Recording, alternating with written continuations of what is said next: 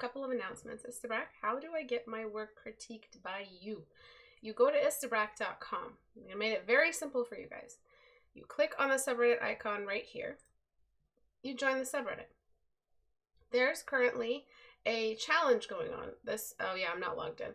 This challenge is the Floral Humanoid Design Challenge, and you win my masterclass portfolio review, meaning you sit with me for an hour on Discord screen share call, and I talk about you. I talk about your art. I tell you what you need to work on. I critique some of the pieces in your portfolio. I help build you a curriculum, and you just get the class experience with me for an hour. Portrait Studio, which you'll see me use today, and along with all my brushes. So if you don't have any of them, you have like 2 of them, you want all of them, join me on this challenge. Go to the subreddit and click here to join. Read through the brief. I explain everything that you need to know, and you're just basically designing a character. You're submitting it here when you're done. The due date is either mid-May or the end of May, just to, you know, celebrate spring and summer and all the blooms. But it's basically a character made out of a flower, real flowers that exist in this world, and it's a portfolio piece that you're going to have at the end. The winner isn't necessarily the most skilled. It's the person who put in the most of their spirit into it, who did the most research, who poured their heart into it, who shows that they are here to learn, that they're here to build their portfolio. They want to get better, and they just need a little push, which is why one of the rewards is a portfolio review. I try to help you reach that goal and perfect your portfolio. And if you don't know what it's like being my student, all you gotta do is go to istebrak.com and click on private tutoring and just scroll down. Look at all of the stuff that my students build in their portfolios, the kind of stuff that I expect of my students, the kind of stuff we work on. There's character design, creature design, illustration, book cover design, card design. My students cover a range of stuff. And if you ever wanted to know what it means to build a portfolio with me, just go to private tutoring tab and you'll see through everything. And also there is just the 14-day challengers who take on private tutoring with me, and their before and afters, how much they improve. We're talking like a year with me, and the packages are there if you're interested, but you get a free portfolio review with me for this contest. Another thing is today I'm using my Portrait Studio software and my masterclass. Both are on sale, 50% off until the end of April. After April, or towards the end of April, I'm going to be off. So next week there won't be any critique hour. Maybe, I'm not 100% sure, depending on what the time is. But there most likely won't be a critique hour next week. But yes, everything is on sale until the end of April, possibly into the beginning of May. Okay, so let's get started. Today I'm going to be taking a look at this furry piece. Yes, I'm doing a furry piece today. I thought it's time for me to do something like that. I'll be using Portrait Studio to help me make sense of the forms of the surfaces of the platforms on this furry piece, this furry character. Let's get started on all of this. Okay.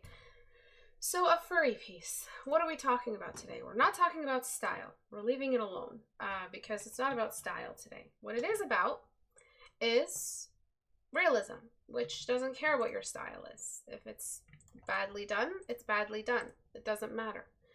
Realism combined with style is really nice because it makes the style feel, it takes it to another level because, wow, this world exists. We applied on it the same light that is applied to anything real in this world. So in essence, anything that's stylized, that has realistic lighting, inherits that realism. So we believe we're looking at what we're looking at, which is what makes art really, really interesting, because the style is brought in by the artist and their spirit, and then the realism is brought in by the world and what we live in and what we know as real.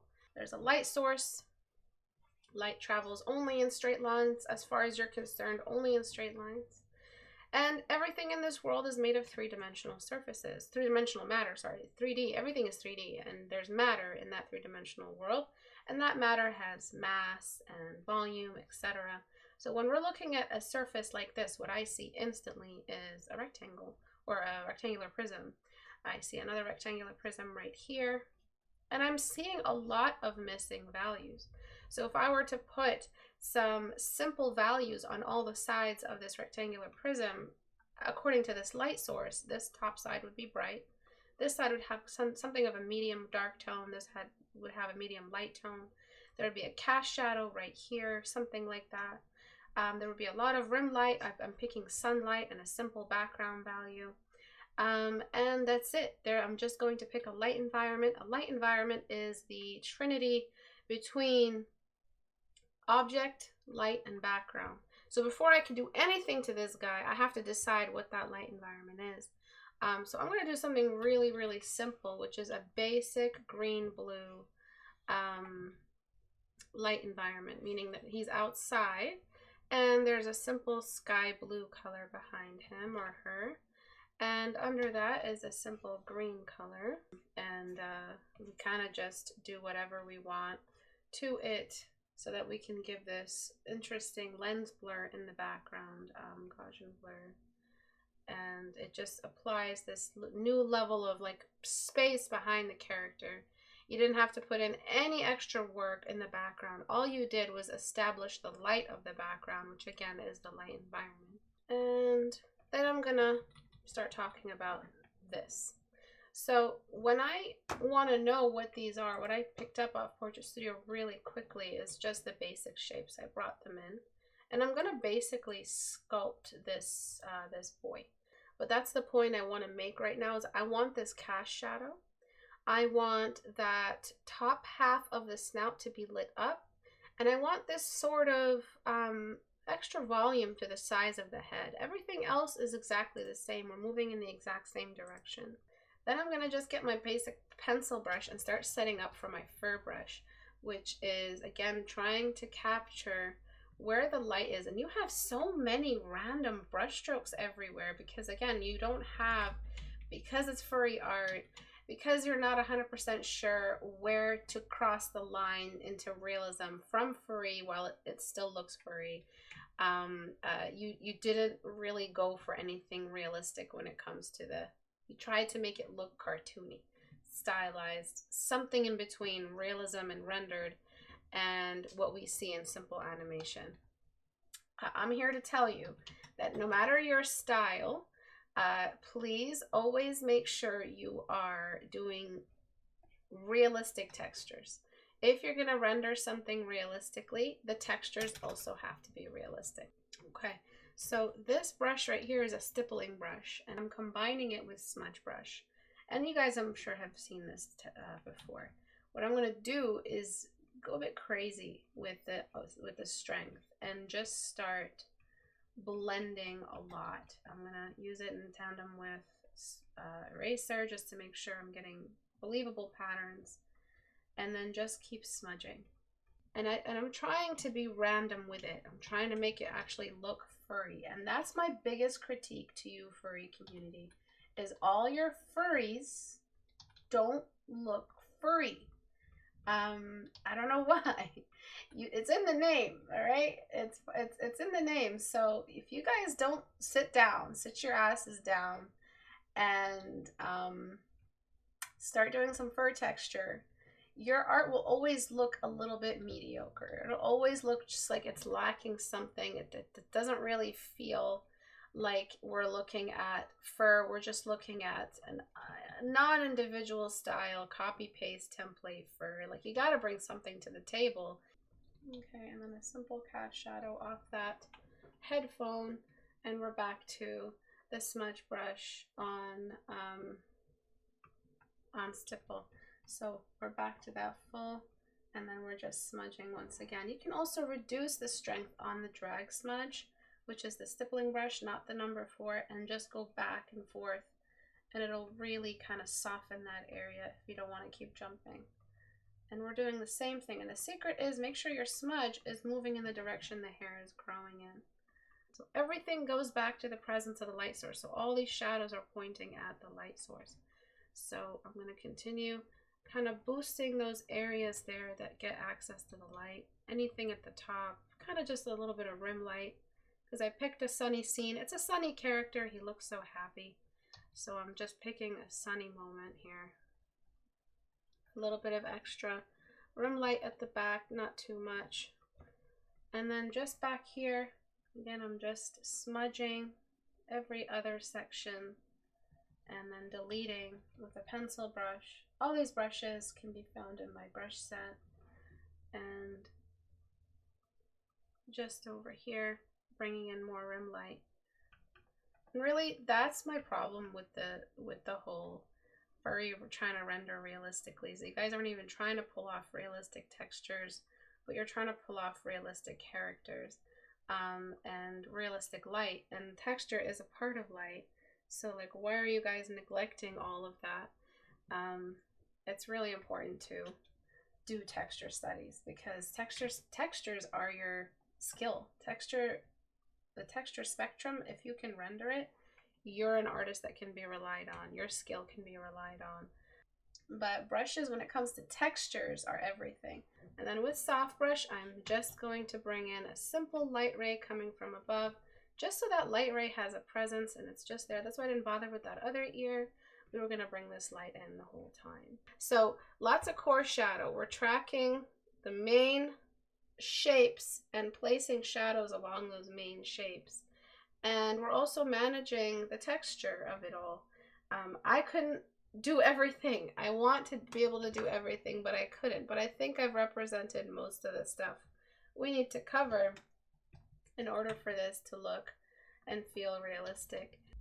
Okay, are you guys ready? So look at the texture you were trying to pull off. You just did repeated brush strokes for the texture that were all pointing down, which is a problem because you're not even following the line of hair growth. So I added a basic background. I added some of that fur. I added obviously core shadows. I added some presence of the light on the cube of the snout. There's a lot to do in an hour, but I hope you guys understand what I said. Yes, it looked like a carpet, exactly. But there were still lines. It was still early for them. So don't be too scared to add in that background colors. I barely added it in. But what I did was, to recap, is I picked a background color that is accordance with the light source. So light source, background, object. This is a trinity. This is the Holy Trinity, the only Holy Trinity you should concern yourself with. And this is what helped me decide on the snout, what helped me decide on the core shadow for everything. And then of course the whole personality, the whole persona that we're talking about here, which is happy dog in the light, happy purple dog in the light. And so I'm bringing in a lot of light, a lot of that iridescence, not too much. It's got pink hair and pink headphones, for fuck's sake. So this is a very, very happy dog. Kept some of the Terminator line here. And then of course there's the whole texture pass that I did, which needs a lot more work, admittedly, but it's going somewhere compared to where it was before. All the fur follows different directions of hair growth, not all in the same direction. And you were going in the right direction for the hair, but the fur was really looking messy because you were trying to symbolically paint texture. Don't symbolically paint texture. Write that back to me. Oops.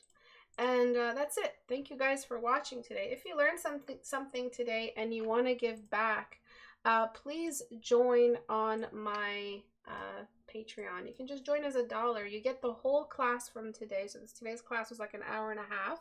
Yep, an hour and a half. So you get the whole class for $1, and I submit it to all my patrons at the end of every month. And you just keep the channel going. It's just $1 a month to get everything. And of course, there is how to get your work critiqued. So this person, I picked their work up from the Discord community. So join my Discord. And on my Discord, drum roll please, I am going to be doing Mermaid Sketch Challenge. So this is the prompt list. Actually, go onto the Discord to get the prompt list. But we're doing mermaid together, which is just sketching mermaids, drawing mermaids, rendering mermaids, sculpting mermaids. Who cares? It's just a mermaid. Do some mermaids this May. And we're all going to be sketching some together on call, hopefully. So join the Discord server here. Click here to join the subreddit. There's a challenge currently going on in the subreddit, Floral Humanoid Design Challenge. I see a lot of posts about it on the Discord community as well as here. Like, wow, look at this one. Fabulous work, just fabulous work. Cannot wait. Again, you win a bunch of stuff. You sit down with me for a whole hour. reviewing your portfolio, and you get to join me on call for the day I critique everybody, and everybody gets to meet you and talk to you. If you feel like it. Of course, there's no pressure. I'm not here trying to give people anxiety attacks. So thank you guys for watching. I'll see you guys next class, which might be the second. Portrait Studio is on sale, so make sure you guys are going over to my store as well as my masterclass. They're both on sale. Thank you guys for watching today. I really appreciate you guys joining for this really, really long class. Bye, guys.